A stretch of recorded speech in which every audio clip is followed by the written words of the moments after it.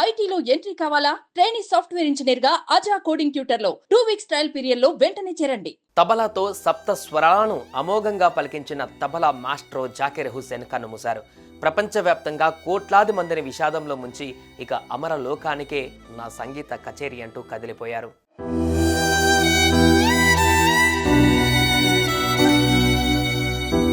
TV on చేస్తే ఓ అద్భుతమైన తబలా వాద్యం కొన్ని క్షణాల పాటు మధురంగా వినిపించేది.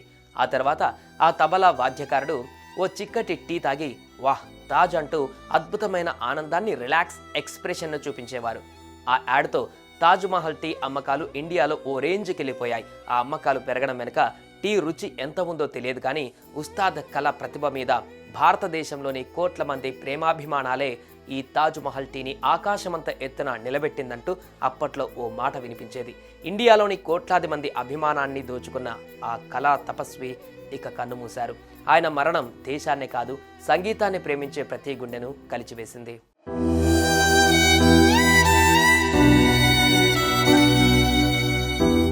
జాకిర్ హుస్సేన్ 1951లో జన్మించారు. తండ్రి పేరు జాకిర్ ఉస్తాద్ అల్లా రఖా.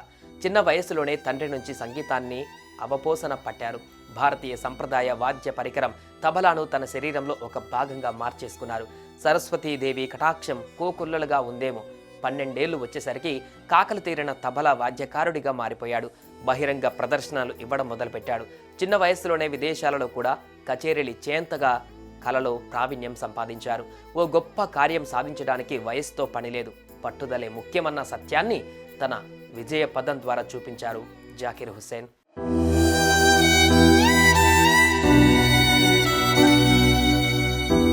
మరి ఆ వయసులోనే ప్రదర్శనలు ప్రారంభించి 60 ఏళ్ల పాటు అవిశ్రాంతంగా తబలా వాయిద్య మధురిమణలను ప్రేక్షకులకు ముందుంచిన జాకిర్ హుస్సేన్ ఎంత సంపాదించి ఉంటారన్న విషయం కూడా అక్కడక్కడ ప్రస్తావనకు వస్తుంది.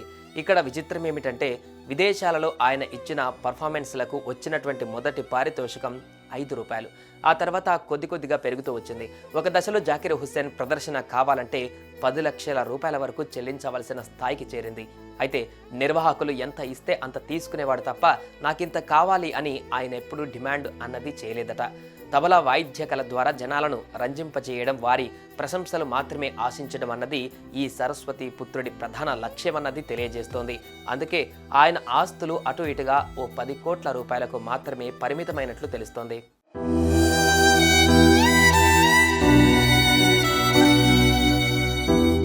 ఓ కళాకారుడిగా పద్మభూషణ్, గ్రామీ అవార్డులకే పరిమితమైన జాకిర్ హుస్సేన్కు ప్రపంచవ్యాప్తంగా ఉన్న కళాప్రియులతో పాటు ఎందరో కళాకారులు కూడా అభిమాన గణంలో చేరారు. ఆయన ఇక లేరు అన్న విషయాన్ని విని అంతులేని విషాదంలో మునిగిపోయారు. అఫ్కోర్స్ జాకిర్ హుస్సేన్ భౌతికంగా మన ముందు లేకపోయినా ఆయన చేతివేళ్ల కదలికలతో ఉద్భవించిన అద్భుతమైన సంగీత జూరీ అమరం, అజరామరం. సుమన్ టీవీలో మీ పర్సనల్ అండ్ బిజినెస్ ప్రమోషన్స్ కోసం కింది నెంబర్కి కాంటాక్ట్ చేయండి.